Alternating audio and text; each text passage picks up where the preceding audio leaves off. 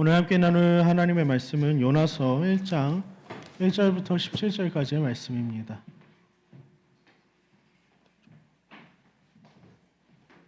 요나서 1장 1절부터 17절까지의 말씀 우리 함께 교독하도록 하겠습니다. 마지막 17절은 합독하겠습니다. 제가 먼저 1절 말씀 읽습니다. 여호와의 말씀이 아미떼의 아들 요나에게 임하니라. 이르시되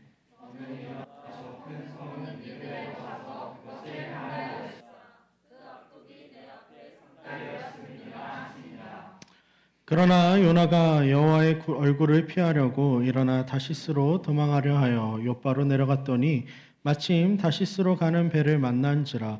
여호와의 얼굴을 피하여 그들과 함께 다시스로 가려고 배삭을 주고 배에 올랐더라.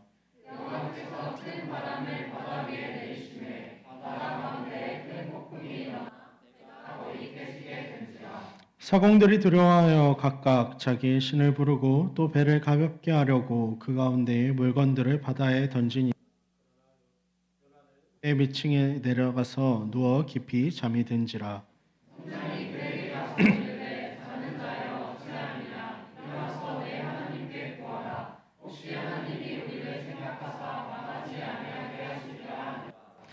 그들이 서로 이르되 자 우리가 제비를 뽑아 이 재앙이 누구로 말미암아 우리에게 임하였나 알아보자 하고 곧 제비를 뽑으니 제비가 요나에게 뽑힌지라.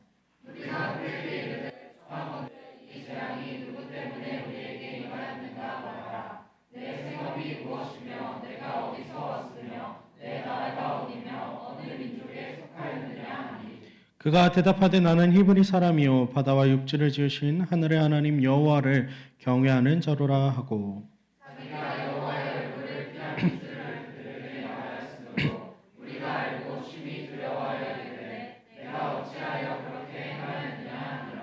바다가 점점 흉흉한지라. 무리가 그에게 이르되 우리가 너를 어떻게 하여야 바다가 우리를 위하여 잔잔하겠느냐 하니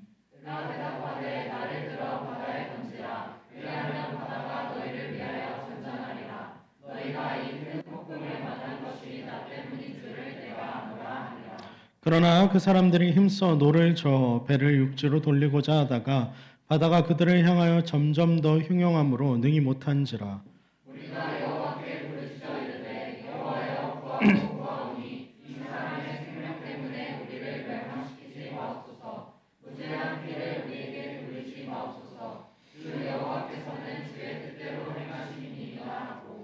요나를 들어 바다에 던짐에 바다가 뛰노는 것이 곧 그친지라.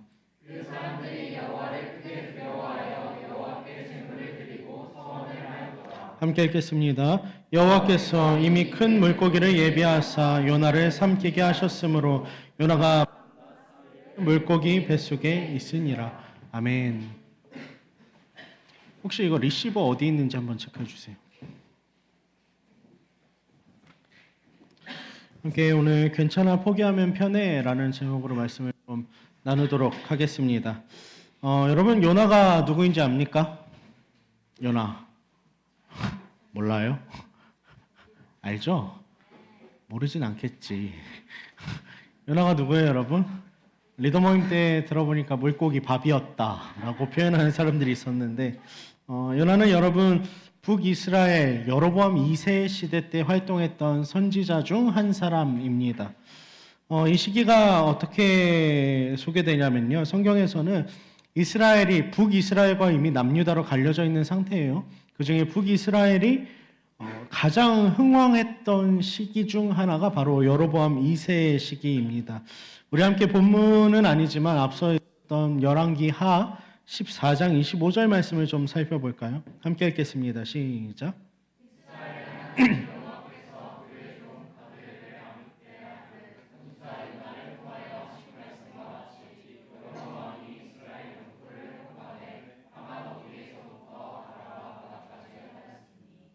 아멘. 이 요나가 선포했던 것은 무엇이었냐면요. 이 여로보암 2세 시대 가운데 이스라엘의 영토가 다 회복될 것이다 라고 선포한 사람이에요. 그러면 여러분 북이스라엘의 시대 속에 요나는 무엇을 선포한 사람이에요? 좋은 말이에요? 나쁜 말이에요? 아직 판단이 잘 안 돼요? 자, 깨봅시다, 여러분. 좋은 말을 선포한 사람인 거죠. 기존에 있었던 영토가 다 회복될 것이라는 말은 잃어버렸던 땅들을 다 회복할 것이라는 축복의 의미잖아요. 그죠? 그런데 여러분, 뜻밖의 그런 요나에게 오늘 본문 말씀에서 하나님은 뜻밖의 명령을 요나에게 내리십니다. 그 명령은 무엇이냐면 아수르의 수도인 니느웨로 가서 네가 말씀을 선포해라 라고 하는 거예요. 회개를 선포해라 라고 하는 그를 향한 부르심이 오늘 선포됩니다. 그런데 요나는요, 여러분, 단 한 번도 이스라엘을 향해서 나쁜 말을 했던 적이 없던 사람이에요. 완전 친 이스라엘 그 자체였던 선지자입니다. 그런데 여러분, 니느웨는 어떤 땅이냐면 아수르 곧 북이스라엘을 괴롭히고 북이스라엘을 침공하고 계속해서 옆에서 성가시게 만들었던 실은 이스라엘의 원수된 국가의 수도, 그것이 바로 니느웨라는 거죠. 그리고 오늘 본문 말씀을 좀 살펴보다 보면 그 땅에 악함이 가득 찼다라고 표현해요. 곧 하나님과 원수된 땅인 그 니느웨를 향해서 하나님이 보내고 계신다라는 거예요. 잔혹하고 폭력적인 그 이름만 들어도 치가 떨렸을 만한 그곳으로 하나님이 지금 요나를 보내고 계신다라는 거죠. 성경은 니느웨를 오늘 본문 속에서 큰 성읍이라고 가리키고 있어요. 그런데 여러분, 이 큰 성읍이라는 표현을 가만히 살펴보면요, 그냥 단순하게 크기가 컸다, 규모가 컸다, 면적이 컸다라는 것을 말하기 위해서 가돌을 사용하는 것이 아니라 이 가돌이라고 하는 단어는 하나님이 그 큰 성읍이라고 니느웨를 칭하고 있는 단어는 여러분, 요나서 뒷장에 살펴보면 하나님께서 그 땅 가운데 수많은 백성들과 수많은 가축들과 살아있는 것들이 참 많은 그 땅이 악함으로 말미암아 하나님 그들로 하여금 회개케 하기 위해서 요나에게 말씀을 선포하라고 말씀하시는 거죠. 곧 하나님께서 니느웨라고 하는 이 땅을 큰 성읍이라고 평하고 계신 그 이유는 하나님의 관점이, 그 시선이 오늘도 한 영혼들에게 가 있다라는 것을 잘 보여줍니다. 사람들은 도시의 문명과 그 성취를 보면서 감탄할지 모르겠지만 하나님의 관심은 여전히 한 죽어가는 죄인에게 그들의 영혼 가운데에 하나님의 시선이 고정되어 있다라는 거죠.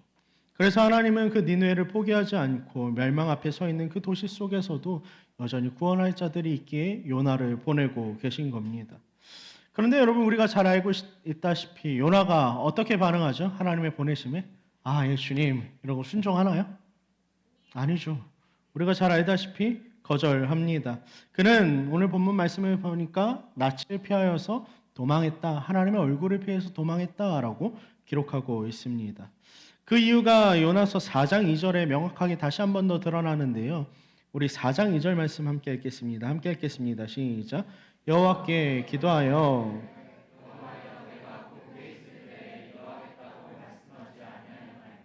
그러므로 내가 빨리 다시스로 도망하였사오니 주께서는 은혜로우시며 자비로우시며 노하기를 더디하시며 이내가 크시사 끝을 돌이켜 재앙을 내리지 아니하시는 하나님이신 줄을 내가 알았음이니이다. 아멘. 여러분, 4장 2절을 보니까 하나님 어떤 분이시래요? 요나가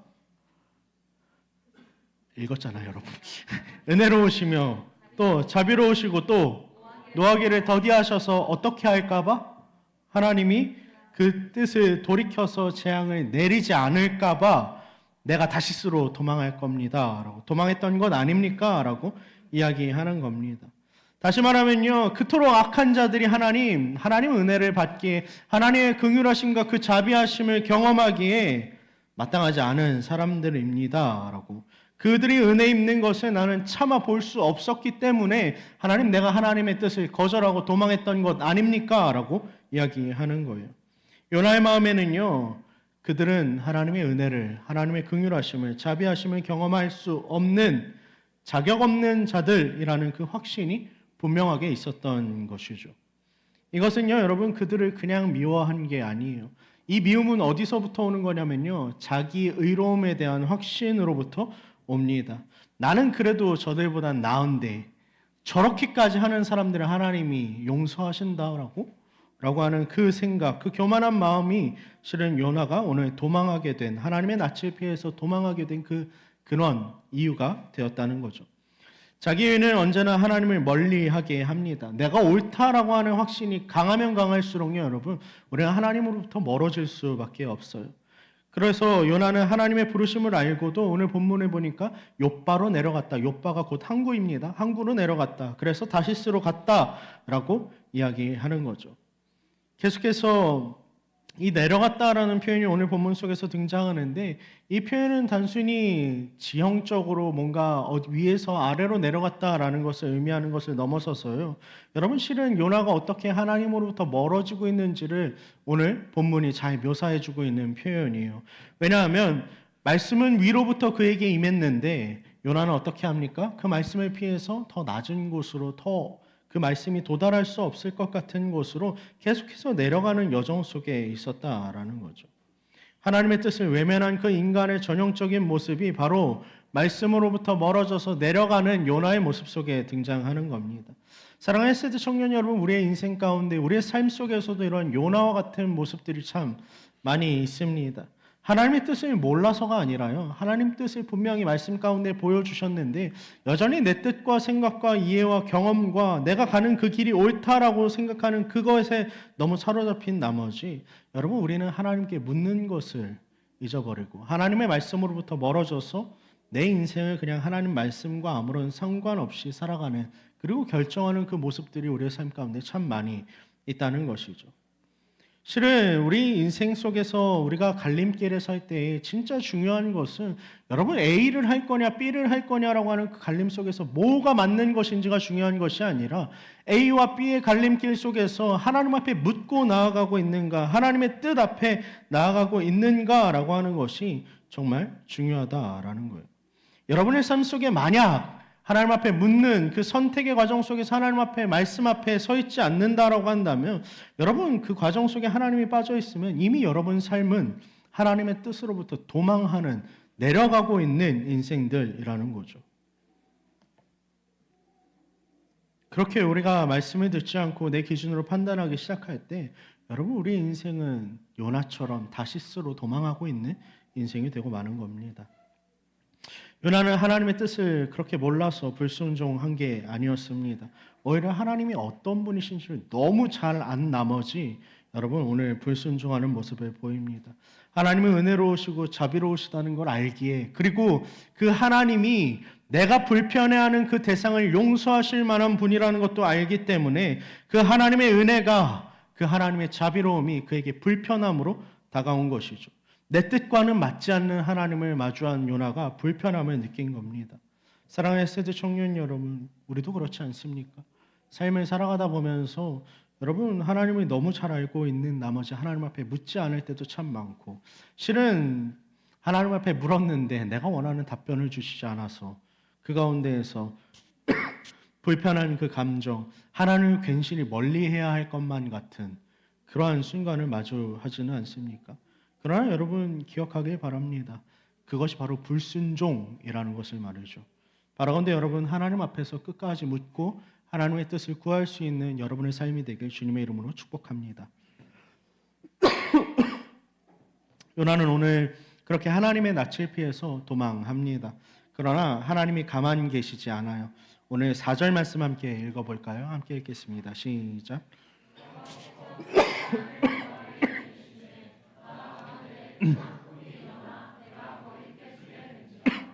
아멘. 우리말 성경 이 4절 말씀에는 드러나 있지 않지만, 여러분, 원어로 이 원문 성경을 살펴보면요, 여호와께서라고 하는 4절의 첫 시작 앞에 전치사가 하나 들어가 있어요. 그러나라고 하는 접속사입니다. 접속사가 들어가 있습니다. 요나가 도망하였으나 그러나 여호와께서는 이라고 하는 말로 일하고 있는 것이죠. 인간이 불순종하기 시작할 때 여러분, 무엇이 시작되냐면 하나님의 추격이 시작된다는 겁니다. 요나는 자신이 하나님을 피할 수 있으리라고 생각했지만, 하나님은 오늘 본문 속에서 큰 바람, 큰 폭풍, 그리고 파손할 것 같은 그 배, 바로 직전의 배를 통해서 요나를 추격하고 계신 하나님의 모습을 알려주고 계세요. 여러분, 끈질긴 하나님의 사랑이 바로 이러한 모습입니다. 우리 공동체의 이름과도 같은 헤세드가 바로 여기서 등장하는 것이죠. 이러한 하나님의 추격은요, 니느웨의 죄인들을 향한 긍휼이 오늘 요나에게도 동일한 하나님의 긍휼, 자비, 은혜라는 것을 보여주고 있습니다. 그런데 정작 요나는 이 하나님의 사랑, 끊임없는 추격 앞에서 어떻게 반응하고 있죠? 우리 5절 말씀 함께 볼까요? 함께 읽겠습니다. 본문 5절입니다. 함께 읽겠습니다. 시작.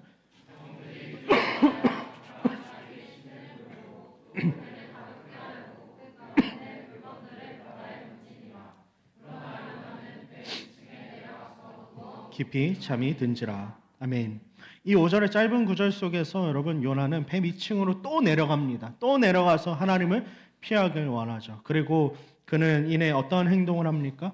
누워서 깊이 잠들었다라고 말씀을 기록해요.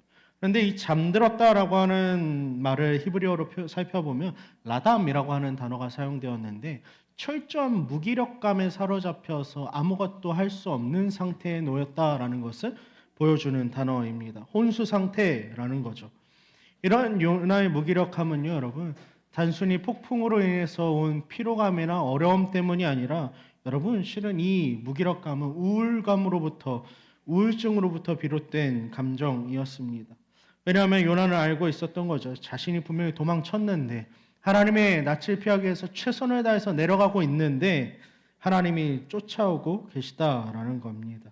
그래서 요나는 그 배 밑바닥에서 누워서 자면서 이렇게 외치고 있는 거죠. 하나님 제발 내 인생을 좀 내버려 두십시오. 내가 원하는 대로 내 마음대로 좀 살게 내버려둬 주세요라고 요청하고 있는 거예요. 신앙생활을 하다 보면 우리에게도 이런 순간들이 찾아오죠. 하나님이 나를 포기하지 않는다라는 걸 경험하게 되면요, 여러분. 감사함이 있을 수도 있지만 때때로 그 하나님 정말 끈질기고 지독하게 내 삶을 가만두지 않는 하나님을 만날 때면요. 하나님 도대체 왜 나에게 이렇게까지 하십니까? 라고 하는 오히려 그 포기치 않는 하나님의 사랑이 나에게 간섭이 되고 억압처럼 느껴지기도 하고 때로는 이것이 도대체 왜 하나님 그렇게까지 하셔야 합니까? 라고 질문할 수밖에 없게끔 우리를 이끌어갈 때도 있습니다. 하지만 여러분 중요한 건 이거예요. 오늘 본문 속에서 등장하고 있는 하나님의 추격. 이 추격은요. 요나가 다시스로 도망함으로 말미암아 요나를 죽이기 위해서 벌하시기 위해서 쫓아오는 하나님의 추격이 아니라 그분은 지금 요나를 살리기 위해서 쫓아가고 있다라는 거죠. 곧 거센 폭풍, 그를 흔들어서 일깨우고 있는 그 하나님의 손길은요. 그 무기력함에서 다시 한 번 더 일어나게 하시는 하나님의 손길은 그를 다시 한 번 더 회복의 자리로, 구원의 자리로 나오게 하시는 하나님의 일하심이라는 겁니다. 그래서 하나님은 그 폭풍 속에서 요나에게 이렇게 말씀하고 계신 거죠. 요나야, 네가 네 인생을 네 멋대로 살고 싶어 하지만 네 인생 내 거야라고 다시 한 번 더 말씀하고 계신 하나님이라는 겁니다. 사랑하는 헬세드 청년 여러분, 여러분의 인생 가운데 허락하신 수많은 폭풍들이 있습니까? 여러분 그 폭풍을 마주할 때에 그 하나님께서 허락하신 폭풍이 여러분 출격하고 계신 하나님의 사랑 때문임을 기억하길 바랍니다. 때로는 그 폭풍이 지겹고 때로는 하나님 왜 이렇게까지 나를 못 살게 굽니까? 라고 말할 수도 있겠지만 여러분 그 하나님의 손길은 결코 우리를 징벌하시기 위한 손길이 아니라 우리를 살리기 위해서 오늘도 다가오시는 하나님의 사랑의 손길임을 기억하길 바랍니다. 그래서 오늘도 우리에게 찾아오시는 그 하나님의 끈질긴 그 사랑 앞에 서 있을 수 있는 믿음의 귀한 청년들이 되길 바랍니다. 하나님은 피해서 그렇게 욥바로 내려갔던 요나 그리고 다시스로 도망하는 그 배 밑바닥에서 숨어들었던 요나는요. 이제 하나님이 일으켜 세우시는 그 과정을 경험합니다. 그런데 놀랍게도 그 일이 누구로 말미암아 행해지냐면 실은 그가 그렇게 혐오했던 그리고 인간 취급하지 않았던 그들은 결코 용서받지 못해야 한다라고 확신에 차 있었던 그 이방인들을 통해서 일어납니다. 오늘 본문 6절 말씀 함께 살펴볼까요? 함께 읽겠습니다. 시작. 선장이 그에게 가서 이르되 자는 자여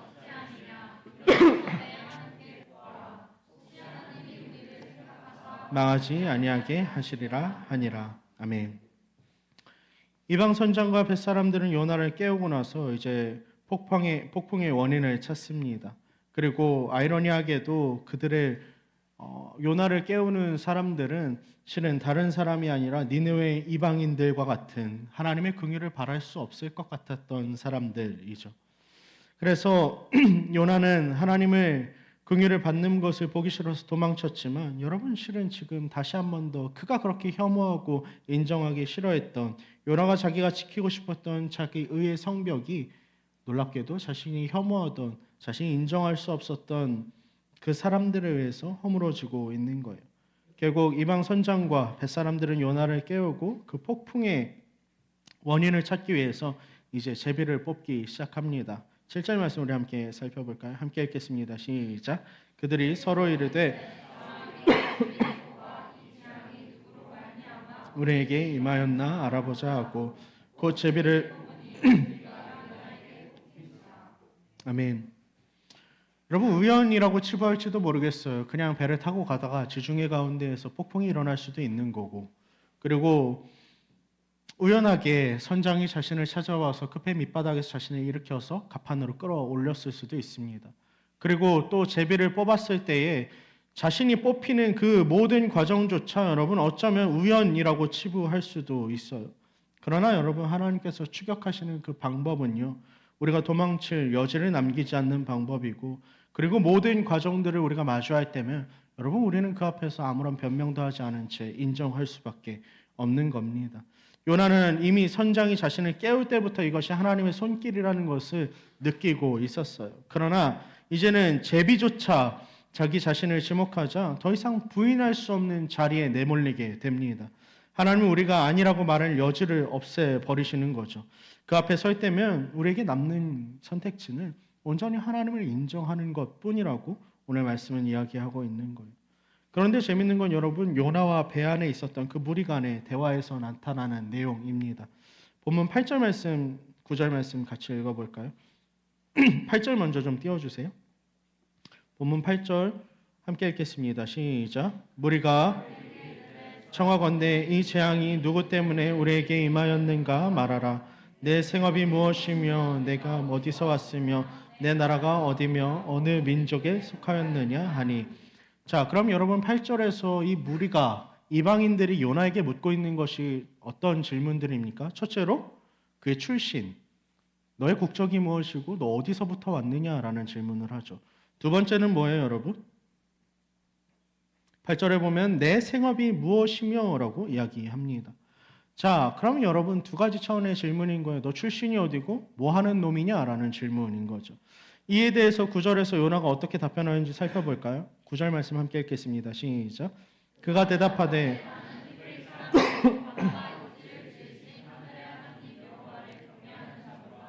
아멘.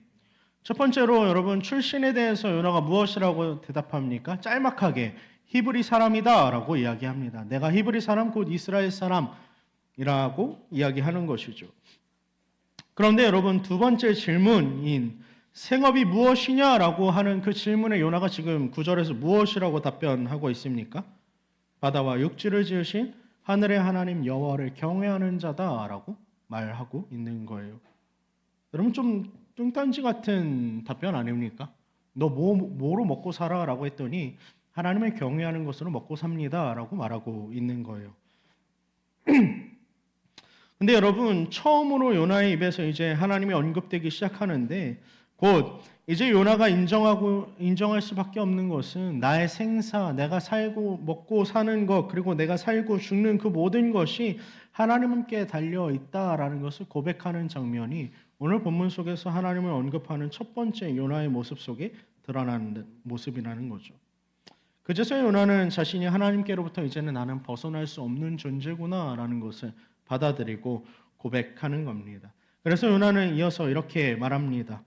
우리 12절 말씀 함께 읽어볼까요? 함께 읽겠습니다. 시작. 그리하면 바다가 너희를 위하여 잔잔하리라.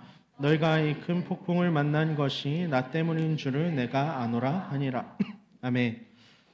여러분 이 12절에서 나를 바다에 던지십시오라고 말하는 건요 단순한 체념의 차원이 아닙니다. 이건 무엇이냐면 하나님을 향한 항복 선언이에요.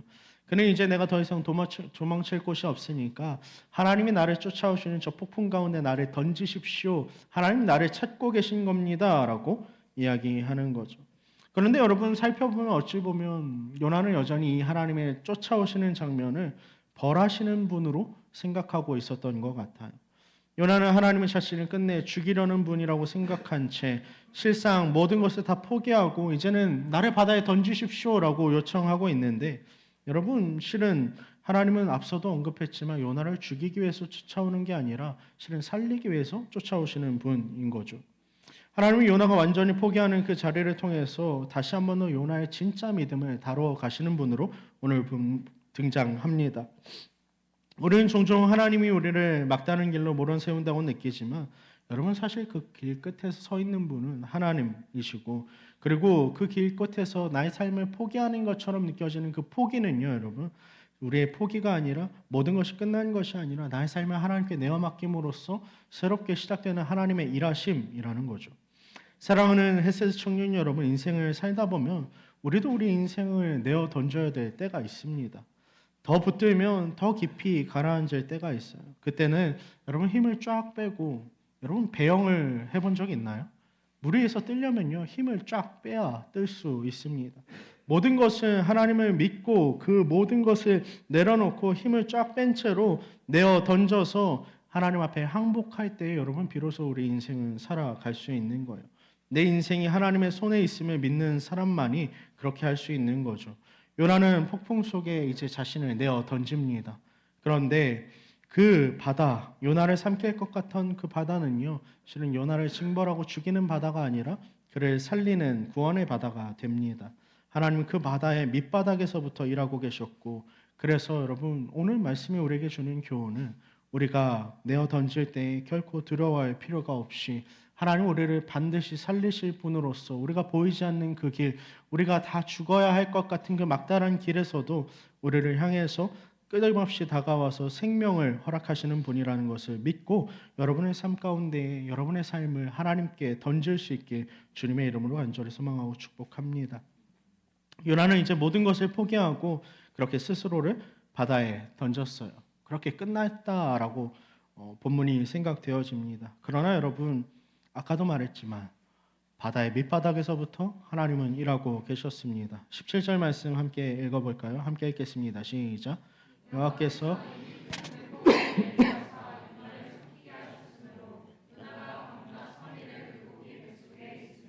아멘. 하나님은 이미 요나가 바다에 자신을 던질 것을 알고 계셨고 결국에 그를 삼켜서 구원할 그 물고기, 여러분이 흔히 말하는 그 물고기 바비들, 그 요나의 운명을 준비하고 계셨던 거죠. 인간의 시선으로 보면 여러분 어쩌면 이건 재앙이고 죽음입니다. 그러나 하나님의 시선으로 보니까 이것이 구원으로 새롭게 비추어지는 거죠. 요나는 몰랐지만 하나님이 이미 요나의 절망 한가운데에서 그 무기력함 속에서도 이미 길을 내고 계신 분이었던 거예요. 이 본문 속에서 17절 속에서 우리가 가장 주목해 봐야 할 단어는 예비하사라는 단어예요. 실은 요나가 회개하기도 전에 하나님은 먼저 그를 위해서 폭풍으로 예비하셨고 그가 회개하기도 전에 그가 하나님 앞에 모든 것을 내어 던지기 이전부터 물고기를 예비하셨다라는 겁니다. 우리는 하나님의 계획을 수정하신다라고 생각할 때가 있지만 하나님은 처음부터 우리의 불순종조차 계산 안에 두고 일하시는 분이라는 거죠. 요나가 순종하든 불순종하든 하나님은 그 계획을 결코 그렇게 꺾지 않으시고 하나님은 그분의 큰 계획 안에서 우리를 다루어 가시는 분이라는 거예요. 그래서 우리가 읽지는 않았지만 오늘 본문 속에서 이 요나의 불순종으로 말미암아 그 무리들 배에 있었던 이방 사람들이 하나님을 두려워하고 경외하고 하나님 앞에 제사하며 그가 하나님만이 참신이라는 것을 고백하는 그 순간이 찾아오게 됩니다. 우리의 인생에서도 여러분 바다에 던져지는 순간들이 있어요. 그러나 여러분 그 순간들 앞에서 하나님 우리를 건지실 것을 기대하며 나아가길 바랍니다. 하나님 반드시 우리를 건져내고야 마시는 하나님입니다. 요나를 살리신 것처럼 우리도 건져내실 거예요. 사랑하는 청년 여러분, 하나님 우리가 인생을 포기하는 것을 결코 원하지 않습니다. 오늘 내어 던진다라는 이 표현은요, 그냥 여러분 인생 포기하십시오라고 말하는 게 아니에요. 진짜 우리가 포기해야 할 것은 여러분의 삶이 아니라요. 내가 그렇게 살면 반드시 성공할 거라고 하는, 그리고 내가 이렇게 하면 어떻게 이룰 수 있다라고 하는 여러분의 의로움, 그것을 이제는 내려놓고 온전히 하나님으로부터 오는 의로움만 붙잡으라는 하나님의 말씀입니다. 그러므로 여러분 요나가 바다에 자신을 던졌던 것처럼 이제는 하나님의 뜻에 하나님의 바다에 여러분의 삶을 던질 수 있게 바랍니다. 그럴 때 하나님 여러분을 끝까지 책임지실 거예요. 성경에 또 다른 인물이 등장합니다. 자신의 삶을 내어 던질 수밖에 없었던 인물이 요한복음 말미에 등장해요. 바로 베드로라고 하는 인물이죠. 여러분, 베드로를 하나님께서 주님께서 부르실 때에 처음 부르실 때에는 내가 너로 하여금 사람을 낚는 어부가 되게 하겠다라고 부르셨어요. 그런데 여러분 두 번째 또다시 그를 부르실 때에 뭐라고 말씀하는지 압니까? 21장 8절 보죠. 요한복음 21장 8절입니다. 함께 읽겠습니다. 시작. 내가 진실로 진실로 내게 이르노니 다녔거니와 늙어서는 내 팔을 벌리리니 남이 내게 띠띠우고 원하지 아니하는 곳으로 데려가리라. 아멘. 이게 어떻게 나오는 장면이냐면요. 베드로가 예수님을 세 번이나 부인합니다. 부인하고 나서 베드로의 삶이 완전히 무너져요. 신앙도 완전히 무너져요. 그런데 주님께서 베드로를 찾아가셔서 베드로야 네가 나를 사랑하느냐라고 질문하신 뒤에 그렇다라고 하면 네가 나의 양을 먹여라라고 이야기하신 뒤에 그 양을 먹이는 길, 베드로가 앞으로 걸어가야 될 그 인생의 길이 어디인지를 보여주는 말씀이 18절의 말씀이에요. 네가 젊었을 때는 네 마음대로 너의 멋대로 행했을지 모르겠지만 이제부터는 그렇지 않고 남이 너에게 띠띠우고 네가 원하지 않는 곳으로 내가 너를 이끌어 갈 거야. 너를 보낼 거야라고 하는 주님의 말씀인 겁니다. 하나님이 우리로 하여금 원하시는 자리, 우리로 하여금 끝까지 추격해서 우리를 끌어내리시는 자리는 어디냐면요. 실은 나의 의가 깨지고 그 모든 삶 속에서 내가 원하는 곳이 아니라 하나님이 원하시는 곳, 하나님의 뜻이 있는 곳으로 하나님은 우리를 보내시는 분입니다. 마치 요나의 여정처럼 말이죠. 그는 물고기 뱃속에서야 비로소 뱃속에 들어가서야 비로소 하나님이 진짜 주권자이시고 하나님이 진짜 구원자라는 것을 고백하게 됩니다. 하나님은 그렇게 요나를 바다에서 건져내셨어요. 그리고 결국 그를 하나님이 뜻하셨던 대로 다시 니느웨로 보내십니다. 하나님은 실패한 사람을 다시 부르시고 무너진 인생을 다시 세우십니다. 그러므로 여러분 두려워하지 말길 바랍니다. 여러분의 삶 속에서 좀 실패했어도 못나 보여도 여러분 그럼에도 불구하고 하나님 여러분을 버리지 않고 끝까지 붙드셔서 하나님이 여러분을 띠띠우시고 하나님이 여러분으로 하여금 원하시는 그 자리 가운데 서 있게 하실 거예요.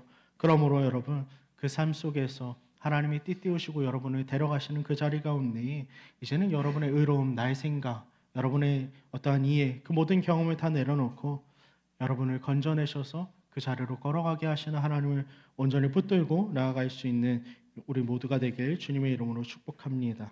우리 저와 앞뒤로 한번 인사해 볼까요? 이렇게 인사합시다. 괜찮아. 포기하면 편해. 여러분, 여러분의 뜻을 좀 꺾고 포기하고 하나님의 뜻을 붙들 수 있는 여러분이 되길 주님의 이름으로 간절히 소망하고 축복합니다.